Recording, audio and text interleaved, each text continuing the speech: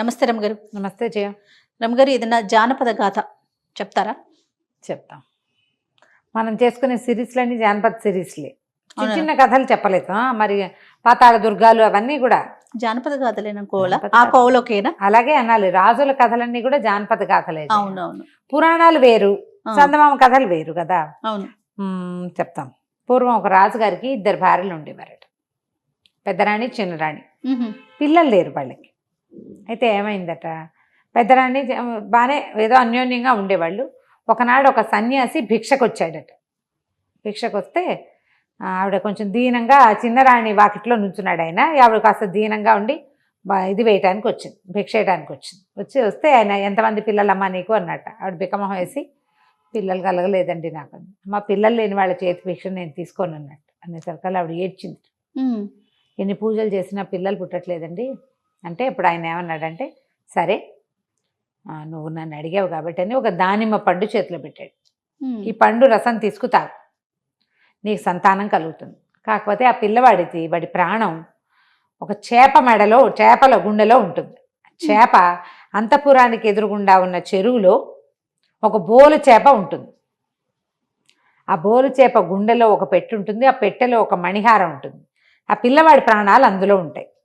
ఓహో. చేపను రక్షించుకో, పిల్లాడు దినదిన ప్రవర్ధమానంగా పెరుగుతాడు నీకని చెప్పాడు. ఈవిడ దానిమ్మ పండు రసం తీసుకుని పుచ్చుకుంది. కాలక్రమాన గర్భవతి అయింది. ఈవిడ చక్కగా దానిమ్మ పువ్వు రంగులో ఉన్న అందమైన కుమారుడు కలిగాడు. రాజు ఎంత సంతోషించాడో. పెద్దరాణికి ఒళ్ళు మండిపోయింది. ఆవిడ అట్లా వాళ్ళకి వీళ్ళకి భిక్షలు అవి వేసే రకం మనిషి కాదు. చిన్నరాణికి ఏంటంటే సంతానం కలగలేదు. ఏ యోగులో, సన్యాసులో, మహానుభావులు ఎవరైనా ఏదైనా వరం ఇస్తారని ఆవిడ వెళ్ళేదనమాట ఈ భిక్షలు పెట్టడానికి. ఆమెకి నిజంగానే వరం ఇచ్చాడు భగవంతుడు. సరే, ఈ పిల్లాడు చక్కగా పెద్దవాడు అవుతున్నాడు. ఆ చెరువులో బోల్ చేప చెరువులోనే తిరుగుతూ ఉండేది. ఎవరు ఆ చెరువులో ఇవి వేసేవాళ్ళు కాదు, వలలు వేసేవాళ్ళు కాదు, నడుస్తూ ఉండేది. పిల్లాడికి ఒక 10 ఏళ్ళు 9 ఏళ్ళు వచ్చాక 10-12 ఏళ్ళు కూడా వచ్చాయి. వచ్చిన తర్వాత ఒకరోజు ఏమైంది, పావురాలంటే మహా ఇష్టంట అబ్బాయికి. పావురాలు ఎగరేసుకుంటూ ఆడేవాడు. ఆడుతుంటే ఈ పావురం ఎగిరిపోయి పెద్దరాణి గారి అంతఃపురంలోకి పోయింది. మ్. ఈ పిల్లాడి పావురాయి కోసం ఆ పెద్దరాణి గారి ఇంట్లోకి, వాళ్ళ పెద్దమ్మ ఇంట్లోకి వెళ్ళాడు. వెళ్ళేసరికల్లా ఆవిడేమంది, లేరా ఏమిటి నువ్వు ఏం చేస్తున్నావు, ఏం చదువుకుంటున్నావు, అవి ఇవి అడిగి, నీ ప్రాణ రహస్యం ఏమిటిరా, నీ ప్రాణాలు ఎక్కడున్నాయిరా అని అడిగింది. అడిగితే నాకు తెలియదు అన్నాడు. ఇంత అయ్యావు, నీ ప్రాణ రహస్యం నీకు తెలియదుట్రా అని కవ్వించింది. నీ ప్రాణం రహస్యం కనుక్కురా, నేను అడిగానని ఎవరికీ చెప్పకూడదు, అప్పుడు నీ పావురాలు నీకు ఇస్తానని. ఆ పావురాళ్ళు ఆ అంతఃపురంలోకి వెళ్ళినవి పెద్దవి. ఆ పిల్లవాడికి ఎంతో ఇష్టం. మ్. ఇంటికి వెళ్ళాక వాళ్ళ అమ్మని, నా ప్రాణం ఎక్కడుంది ఏమిటి అని అడిగాడు. అడిగేసరికల్లా అప్పుడు ఆవిడ ఏం చెప్పింది, ఈ బోల్ చేపలో ఉంది అని చెప్పేసరికల్లా పిల్లాడు వెళ్ళి మరి వాళ్ళ పెద్దమ్మకి ఈ రహస్యం అంతా చెప్పి తన పావురాలు తెచ్చేసుకున్నాడు. ఈ పెద్దరాణి వెంటనే ఆలోచించింది, చేపను పట్టాలి ఎలాగైనా, ఈ పిల్లాడు తిరగకూడదు, చిన్నరాణి సంతోషంగా ఉండకూడదు. రాజుగారు కొడుకు పుట్టాడు కాబట్టి చిన్నరాణి ఎక్కువ ప్రేమగా చూస్తున్నాడు, నాతో బాగా ఉండట్లా. పిల్లలు లేరు కాబట్టి నాతో బాగా లేడు. ఆవిడ కొడుకు ముద్దు ముచ్చట్లు చూసుకోవడానికి, అమ్మ నాన్న కలిసి చూసుకోవడానికి ఎంతసేపు వాళ్ళ ఇంటికి వెళ్తున్నాడు. ఇవన్నీ ఆలోచించి ఏం చేసింది, కొన్ని ఎండు కట్టెలు అవి తెప్పించి, కొంచెం సన్నటివి పుల్లలు, ఎండు పుల్లలు తెప్పించి పరుపు కింద వేసుకుంది. దాని మీద పడుకుంది. ఆవిడ కదిలినప్పుడల్లా అవి పళక్కమంటూ ఉంటాయి, శబ్దం చేస్తాయి కదా. ఏదైనా చూడు, ప్లాస్టిక్ కవర్ పెట్టుకుని దాని మీద పడుకున్నా అలా శబ్దం చేస్తుంది. విపరీతమైన తలకాయ నొప్పని, ఒళ్ళు నొప్పులని రాజు కబురు చేస్తుంది. మామూలుగా రోజువారీ ఆవిడతో బ్రహ్మాండంగా ఆయన ఉండట్లేదు కానీ వస్తూనే ఉంటాడు. అనారోగ్యం అనేసరికల్లా రాజవైద్యుడిని వెంబడి పెట్టుకొచ్చాడు. ఈవిడేం చేసింది, పెద్దరాణి ముందే రాజవైద్యుడితోటి లాలూచి పడింది. పడి వాడికి, ఆయనకి తెలియజేసింది తన పరిస్థితి. సరే, ఇక్కడి నుంచి కదిలినప్పుడల్లా పళక్కమని శబ్దం వస్తుంటే భూమికలు విరిగిపోతున్నాయన్న సినిమా ఇచ్చింది ఆవిడ. అమ్మయ్యో నాయనో బాబోయ్, నా ఎముకలు విరిగిపోతున్నాయి రోయని కేకలు పెట్టేసరికి రాజుగారు ఆశ్చర్యపోయాడు. ఇదేం జబ్బు, విచిత్రమైన జబ్బు వచ్చిందంటే ఈ రాజవైద్యుడు అన్నాడు, అవును ప్రభు, ఇలా వస్తుంది నడి వయసులో. మన అంతఃపురం ఎదురుగుండా ఒక పెద్ద కొలనుంది, చెరువులో ఒక బోల్ చేప ఉంది, దాని గుండెని తీస్తే ఈవిడికి తగ్గుతుంది అని చెప్పేసరికల్లా సరే ఏముంది, ఒక చేపను పట్టించడం పెద్ద కష్టమా? రాజుకు తెలీదా? రాజుకు తెలియదు. ఎందుకంటే ఆయన ఈ రహస్యాన్ని ఎవరికి చెప్పొద్దని చెప్పాడు రాణికి. కొడుక్కి చెప్పింది ఆవిడ. వాడు వచ్చి ఇక్కడ చెప్పేశాడు. అట్లాంటివి ప్రాణ రహస్యాలు అవి చెప్పుకునేవి కాదు కదా. అవునవును. వీళ్ళు ఏం చేశారు, అంతఃపురం కోలంలో వాలేశారు జాలరి వాళ్ళు వచ్చి. వాలేయంగానే ఎప్పుడైతే బోల్ చేప వల్లో పడిందో రాజుగారు యువరాజు కాస్త మూర్చిపోయాడు. రాజకుమారుడు మూర్చిపోయాడు. మూర్చిపోయాడు, పిల్లాడు పడిపోయాడు. పడిపోయేసరికల్లా ఏదో అయ్యింది, పిల్లాడు ఎందుకో పడిపోయాడని ఆ పిల్లవాడిని తీసుకుని వాళ్ళు ఏదో వైద్యం చేయించడానికి చూస్తున్నారు. ఈ లోపల ఏమైంది, చేప కాస్త అంతఃపురంలోకి వెళ్ళిపోయింది, పెద్దరాణి అంతఃపురంలోకి. చేపను కోసారు. కోస్తేనే కదా మరి గుండె వస్తుంది బయటికి. చేప గుండే కదా వైద్యం. మరి మామూలుగానే కోస్తారు, అందులో పెద్ద విశేషమేం లేదు. ఎవ్వరికీ తెలియదు ఇది. ఓ చేప దాన్ని కోయటం అంతే. బోల్ చేపటి ఇంత ఉంటుంది అనమాట పెద్దగా. దాన్ని కోసేసరికి ఎప్పుడైతే ఆ గుండెని వెలికి తీశారో పిల్లవాడు కాస్త మరణించాడు. ఆ గుండెని నేనే వండుకుని తింటానని తన చేతిలోకి తీసుకున్న మహా యువరాణి కదా పెద్దరాణి, లోపల గదిలోకి తీసుకెళ్ళి దాన్ని కోసింది. అందులో చిన్న పెట్టె ఉంది. ఆ పెట్టెలో ఒక మణిమాల ఉంది. ఎప్పుడైతే ఆ గుండెని తీసేసి మణిమాల తీసేసుకుందో పిల్లవాడు మరణించేశాడు. ఏం లేదు. ఆవిడ మణిమాల శుభ్రంగా మెళ్ళో వేసుకుని తిరగటం మొదలుపెట్టింది. పిల్లాడు కాస్త పోయాడు. రాజు చిన్న రాణి లబోదిబోమని నడిచారు. ప్రజలంతా హతాశులైపోయారు. రాజుగారికి లేక లేక ఒక కొడుకు పుడితే ఆ పిల్లాడు కాస్త చచ్చిపోతే వీళ్ళకి రాజ్యానికి రాజెవరు? ప్రజలంతా చాలా బాధపడ్డారు. ఆ పిల్లాడి స్నేహితులు అందరూ ఏడ్చారు. నానా గందరగోళం. అంతఃపురంతా శోక సముద్రంలో మునిగిపోయింది. పెద్దరాణి అంతఃపురంలో వాళ్ళు కూడా ఏడుస్తున్నారు. వాళ్ళు ఎవరికి తెలియదు. ఈవిడ మాత్రం ఆనందంగా ఉంది. నా తలనొప్పి తగ్గిపోయింది, ఒళ్ళొప్పులు తగ్గిపోయినాయని చెప్పింది. ఇదే కారణమని ఎవరికీ తెలియదు. అయితే ఈవిడికి చిన్నరాణికి ఒక చిన్న అనుమానం ఉంది, కానీ స్పష్టంగా తెలియలే. పిల్లాడు వెళ్ళి పెద్దమ్మకి చెప్పుంటాడు, అందుకే ఇది జరిగింది అని అర్థం కాలేదు ఆవిడికి. అసలు ఆవిడికి తెలీదు ఈ బోల్ చేపను కోసారని, అందులో నుంచి మణిమాల తీయబడింది అన్నమాట ఆవిడికి తెలియదు. అంతఃపుర రహస్యాలు ఎవరి వాళ్ళవే కదా. అవును. అక్కడి నుంచి ఏం చేసింది, నా పిల్లాడిని పాత పెట్టద్దు, కాల్చొద్దు, ఎక్కడైనా వాడి శరీరాన్ని ఉంచండి అని ఏడ్చి శోకాలు పెట్టింది. ఆవిడకు ఉద్దేశం ఏంటి, ఆ యోగి ఎప్పుడైనా వస్తే ఈ పిల్లాడిని బతికిస్తాడేమో, ఆయన వల్లే కదా ఈ పిల్లవాడు కలిగాడు.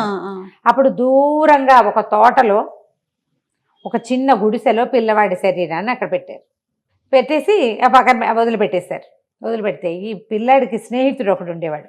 వాడు కూడా ఈ తల్లికి మళ్ళీనే వదలలేని వాడు అనమాట. శరీరం అక్కడ ఉందని వాడికి తెలుసు. వాడు పోయి చూసి వచ్చేవాడు. అయితే ఈ పెద్దరాణి పగలల్లా మణిమాల వేసుకుని తిరిగేది. రాత్రి అయ్యాక ఆ మాల తీసి బల్ల మీద పెట్టేది. బల్ల మీద పెట్టగానే టింగుమని యువరాజు లేచి కూర్చునేవాడు. ఆవిడ మీద నుంచి తీయగానే లేచేసేవాడు. లేచి అటు ఇటు చూసి తోటలో ఉన్నానని తెలుసుకుని ఆ ఉన్న పళ్ళు కాయలు కసర్లు ఏవో తినేవాడు. తెల్లవారి ఆవిడ స్నానం చేసి మెళ్ళ వేసుకోగానే పడిపోయేవాడు, మరణించేవాడు. అయితే అప్పుడప్పుడు వెళ్ళి ఆ శరీరాన్ని చూసొస్తున్న ఈ స్నేహితుడికి తెలిసింది, ఏమిటి పెట్టిన చోట శవం ఉండట్లా, మృతదేహం ఎక్కడుండాలో అక్కడ ఉండట్లా, అక్కడ ఇక్కడ ఉంటుంది. ఇది ఏమిట్రా ఈ విశేషం అని చెప్పేసి వాడు ఒక 13-14 ఏళ్ల వాడు ఒక రాత్రి వేళ వచ్చి చూశాడు. మెలకుగా జీవించి ఉన్నాడు. ఏదో ఉంది కిటుకు. అప్పుడు తన ప్రాణ రహస్యాన్ని పెద్దమ్మకి చెప్పానని చెప్పాడు. ఈ పిల్లాడికి ఏం చేయాలో తెలియదు ఆ రెండో వాడికి. కానీ తను వెళ్ళి స్నేహితుడితో ఆడుకునేవాడు. రాత్రిపూట అక్కడే ఉండేవాడు. ఈ రహస్యం ఎవ్వరికీ తెలియదు. ఆ కుర్రాడు ఒక్కడికే తెలుసు. ఈ యువరాజు 12-14 ఏళ్ల వయసులో పెట్టబడ్డాడు అక్కడ. రాత్రిపూట ఎదిగేవాడు. పగల ఎదుగుదల ఉండేది కాదు. చక్కగా వయసు పెరిగింది. పెద్దవాడు యమనవంతుడు అయిపోయాడు అబ్బాయి. సంవత్సరాలు గడిచిపోయినాయి. ఇంతలో ఏమైందట, విధాత అంటే బ్రహ్మదేవుడికి దూరపు చుట్టాల చెల్లెలు ఒక ఆవిడ ఉంది. ఆ చెల్లెలకో కూతురు ఉంది. కూతురుంటే ఆ కూతురు మొదట నచ్చట మీద ఏం రాసావని ఆవిడ అడిగింది. అడిగేసరికల్లా ఆయన ఏమన్నాడు, మీ పిల్లడికి పెళ్ళి కష్టం, పిల్లకి చచ్చిపోయిన వాడితో పెళ్ళవుతుంది అంతే అని చెప్పాడు.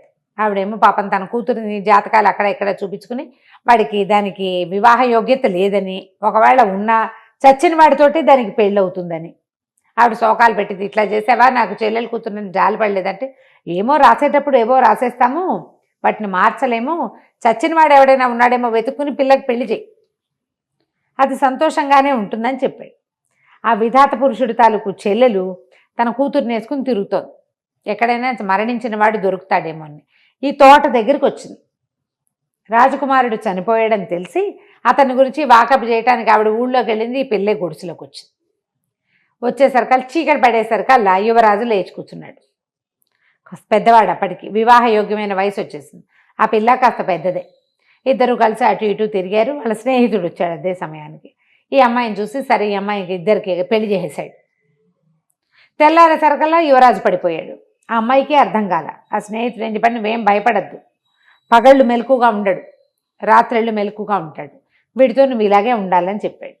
ఆ తల్లి వెళ్ళిపోయింది. చచ్చిపోయిన వాడితో పెళ్ళయింది ఈ పిల్లకి. రోజు పోతాడు వాడు, చచ్చి బతుకుతూ ఉంటాడు. ఇలా చాన్నాళ్ళు గడిచిపోయినాయి. ఈ అమ్మాయికి కవల పిల్లలు పుట్టారు. పిల్లలు పుట్టాక సరే ఆ అమ్మాయి ఏమందంటే, మన రాత మనమే మార్చుకోవాలి.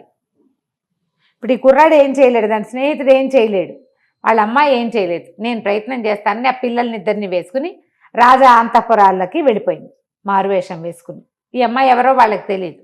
నేను చాలా అందంగా అలంకారాలు చేస్తాను, సుగంధ ద్రవ్యాలు చేయటం వచ్చు నాకని చిన్నరాణి దగ్గరికి వెళ్తే ఆవిడ ఏడ్చి సోకాలు పెట్టి, నాకు వద్దు, పిల్లాడు చనిపోయాక నేనేమీ చేసుకోవట్లేదు, నా జీవితం ఇలాగే అయిపోతుంది, నాకేం వద్దు అంటే సరే అక్కడి నుంచి పెద్దరాణి దగ్గరికి పంపించింది. పెద్దరాణి ఏమనుకుంది, ఈ మధ్యకాలంలో అలంకారాలు అవి చేయట్లేదు, పెద్ద వయసు వచ్చేసింది, రాజుగారు అసలు మొహమే చూపించట్లేదు, ఆ పిల్లాడి పోయాక ఇంకా ఆయన ఈవిడ దగ్గరికి రాలి. ఆవిడ సంతోషంగా ఉంది పిల్లాడు లేడని, కానీ రాజు ఏమీ ఆవిడని ఆదరించల, మూడాఫ్గా అయిపోయాడు ఆయన. అయితే రాజుని అలరించచ్చు అని చెప్పి సరే చేయించుకుంటానండి. ఈ అమ్మాయి ఏం చేసింది, చక్క గంధంతో వాటితోటి సుగంధ ద్రవ్యాలు తయారు చేసి ఆవిరితో స్నానం చేయించి బోళ్ళంత మేకప్ చేసింది. వస్తువులన్నీ తీసి పక్క పెట్టాలి కదా. ఈ పిల్లలిద్దరికి ఏం చెప్పిందంటే, ఈవిడ మెడలో నుంచి ఒక గొలుసు తీస్తుంది, ఆ గొలుసు చేత్తో పుచ్చుకోండి, ఎంత అడిగినా ఇవ్వద్దని చెప్పి. అక్కడి నుంచి పిల్లలు ఏం చేశారు, ఇద్దరు చేత్తో పుచ్చుకున్నారు, మెడలో వేసేసుకున్నారు. ఆ గొలుసు ఇవ్వాల. ఈవిడ స్నానం అయిపోయాక నా వస్తువులన్నీ చూసుకుంది, మణిమాల లేదు. పిల్లల్ని అడిగితే మా దగ్గర ఏముందన్నారు, ఇవ్వాల. ఏడవటం మొదలుపెట్టారు, చేతికి అందరూ పరిగెడతారు. ఈ అమ్మాయి ఏముందంటే, మా పిల్లలు చిన్నపిల్లలు కదా మహారాణి, మీరు రెస్ట్ తీసుకోండి, మరి నేను ఇంటికి వెళ్ళి పిల్లలకి పాలు పెట్టి నిద్రపుచ్చాక నిద్రలోకి వెళ్ళాక వదిలేస్తారు వస్తువు, ఆట కొద్దీ తీసుకున్నారు, అదేదో బాగున్నాయి పూసలు మెరుస్తున్నాయని రేపొద్దున తెచ్చిస్తాను అనగానే సరే ఒప్పుకుంది పెద్దరాణి. ఈ అమ్మాయి ఏం చేసింది, పిల్లల్ని ఎత్తుకుని ఇంటికి తీసుకెళ్ళిపోయి 4-5 ఏళ్ళు వచ్చినాయి. ఇంటికి వెళ్ళేసరికల్లా తండ్రి మెలకుగా ఉన్నాడు, మరి వస్తువు వీళ్ళ చేతిలో ఉంది కదా. ఆ మణిమాల అతని మెడలో వేసేసరికల్లా ఇంకా బలంగా, ఇంకా అందంగా, ఇంకా చక్కగా తయారైపోయాడు. మర్నాడు పొద్దున ఇంకా వాళ్ళు ఆ మణిమాలని వెనక్కి ఇవ్వాలి. ఈ స్నేహితుడు పోయి రాజుగారి మావటి వాడికి చెప్పి ఏనుగుని తీసుకొచ్చి, ఏనుగు మీద యువరాజుని, అతని భార్యని, వాళ్ళ ఇద్దరు పిల్లల్ని ఎక్కించి తీసుకుపోయాడు. బతికే ఉన్నాడు యువరాజు అని. ఇతను చూసేసరికి వాడు 13-14 ఏళ్ళు వాడు కదా, పోయేసరికి పెద్దవాడైతే 25 ఏళ్ళు వచ్చినా ఏం మారుతాడు. ఏనుగు గుర్తుపట్టింది యువరాజుని. అక్కడి నుంచి అందరూ చూసుకున్నారు, ఏం జరిగిందో తెలుసుకున్నారు. సరే యువరాజుని రాజ్యాభిషేకం చేసి మళ్ళీ అతను జీవించే ఉన్నాడని తెలుసుకున్నారు. మణిమాల ఇక అతని ఒంటి మీద నుంచి మళ్ళీ ఎప్పుడూ తీల. ఇలాగే చచ్చి బతికిన వాడి జానపద కథ. చాలా బాగుందండి, సరదాగా ఉంది కదా. చాలా సరదాగా ఉంది. నమస్తే అమ్మ. నమస్తే. సుమన్ టీవీలో మీ పర్సనల్ అండ్ బిజినెస్ ప్రమోషన్స్ కోసం కింది నెంబర్కి కాంటాక్ట్ చేయండి.